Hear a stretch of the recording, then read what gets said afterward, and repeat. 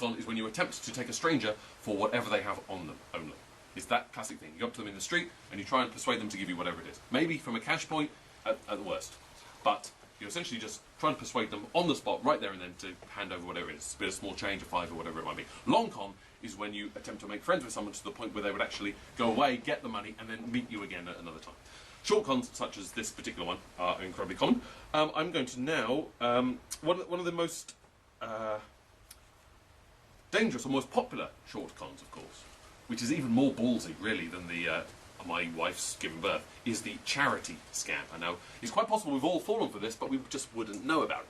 This is when people come along collecting for charity, and the money never ever gets to the charity. It's ingenious. The first person who thought of it was, frankly, just dazzling. So someone said, well, I'm just collecting for charity. What are you going to do with the money? I'm going to give it to charity. And someone else went, right. And I thought to himself, there's a way I can get around this.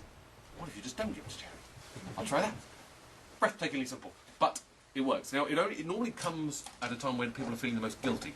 Classic times are during disasters. 9/11 was a classic charity scam thing. Thousands of arrests. Tsunami, that was another one. Any other popular horrific disasters anyone can think of? Sorry? New Orleans. New Orleans, yes, that was another classic one. New Orleans, lots of people suddenly appeared, we're collecting for things, and they get the guilt, because you don't want to say no. Plus, a little bit of you thinks, well, maybe are they? But you think for 10p, and that's how they get you, essentially. There hasn't been one for swine flu as yet, as far as I know, which is the most recent disaster I can think of. Swine flu, I don't know if anyone else panicked. It was only about a few weeks ago, wasn't it, when it all sort of hit the headlines and everyone generally went, I'm sure that won't happen. And they finally went, what if it does? I personally was I'm a bit of a hypochondriac, so I did phone the NHS helpline about swine flu. It was terrible, I just got a load of crackling. Yeah. So, see, I didn't say it was good material, but it's certainly nearly topical material. So, oh come on, give me a break, that was alright.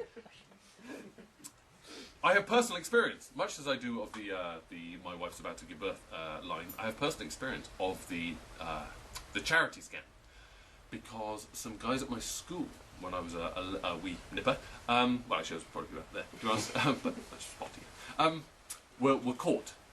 What happened was, I went to school in Holland Park.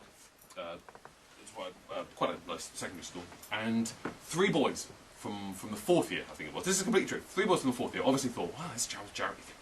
So they all dressed up in their school uniform on, I think it was a Friday night, and they got buckets, and they got the name of the school, like just photocopy sort of stuff, Cardinal Vaughan School on the front, and then the name of the charity on the back, and they all brilliantined their hair across and polished their shoes so they looked as, perfect as they could, perfect little angelic schoolboys, and they went around all the pubs, completely true, all the pubs in Shepherd's Bush, Holland Park, Bayswater, that sort of area, rattling the tins. It was near Christmas, that was it, so that's another classic time to get people, they're all hand in the pocket, it is Christmas, that sort of thing. And, but they made this classic error, you see, because they were collecting for AIDS. That was what they thought would go for. This was back when AIDS was huge. Do you remember? Back in the early 80s. Oh, it was very popular. I don't know what's happened to it now, but it used to be massive. And it was when AIDS was in every headline, so they were going, collect for AIDS, collect for AIDS. This was their first classic error, of course, because what I went to school wasn't an all-boys 11 to 18 Roman Catholic school, okay, where AIDS was not considered a disaster, but more justice and a righteous penalty for the filthy heathens with their fiddling about. Right, so the idea that people from Cardinal Vaughan will be collecting money for AIDS was just complete nonsense. So obviously some landlord thought, wait a second, Cardinal Vaughan, aren't they just a bunch of righteous idiots? So they phoned the headmaster and said, we've just had a couple of our boys, your boys, come around collecting. Are you doing an official charity collection? The headmaster obviously panics. He didn't want to say, no, we're not, because then suddenly you hit the headlines. So he obviously lied and said, oh yes, we're saving money to send Freddie Mercury to Lourdes or something and put the phone down.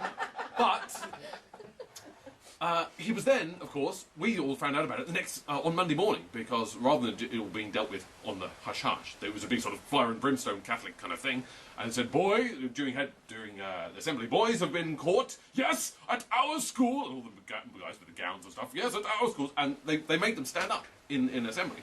And they were exposed, these 3 boys, exposed in front of the entire school.